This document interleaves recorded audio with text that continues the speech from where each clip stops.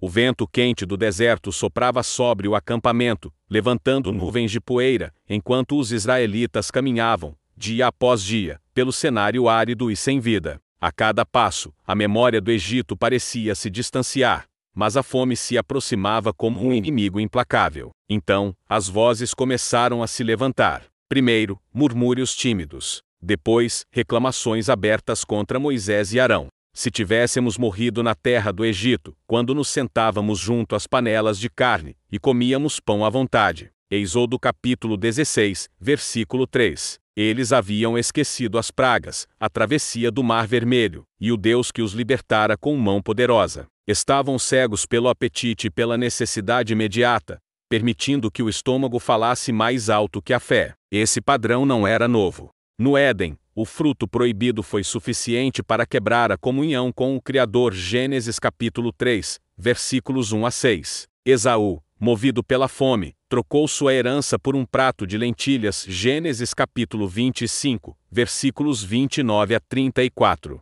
E até mesmo Jesus foi tentado no deserto com a proposta de transformar pedras em pão. Mateus capítulo 4, versículo 3. A história parecia se repetir, revelando que a batalha pelo domínio do apetite é, muitas vezes, uma batalha espiritual. Foi então que Deus respondeu, mas não com ira. Ao invés de repreensão imediata, enviou um milagre. Ao entardecer, bandos de codornizes desceram sobre o acampamento, carne suficiente para todos. E, ao amanhecer, o chão estava coberto de algo misterioso, miúdo e branco, como flocos de geada. O que é isto? Perguntavam uns aos outros, sem saber que presenciavam o início de um sustento que duraria 40 anos. Era o maná, o pão do céu. Êxodo capítulo 16, versículo 15. Mas esse presente vinha com instruções claras: cada um deveria recolher apenas o necessário para o dia, confiando que no dia seguinte, Deus enviaria novamente. Se alguém guardasse além do permitido, o maná apodrecia e criava vermes.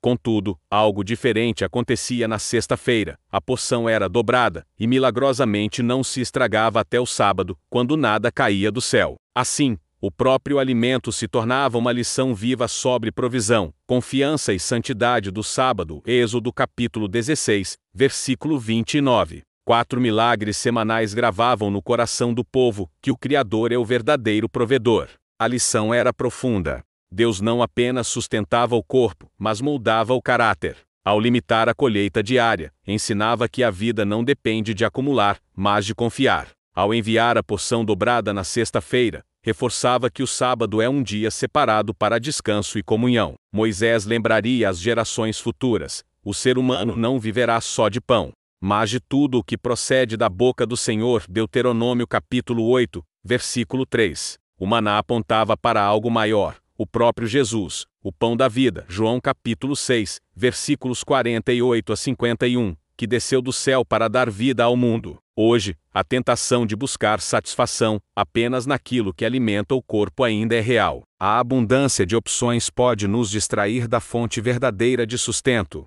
O apetite, seja por comida, bens ou prazeres, pode ser mal utilizado quando substitui a dependência de Deus. A história das codornizes e do maná ecoa como um lembrete: o mesmo Deus que cuidou no deserto continua alimentando seus filhos, não apenas com pão que perece, mas com alimento que permanece para a vida eterna.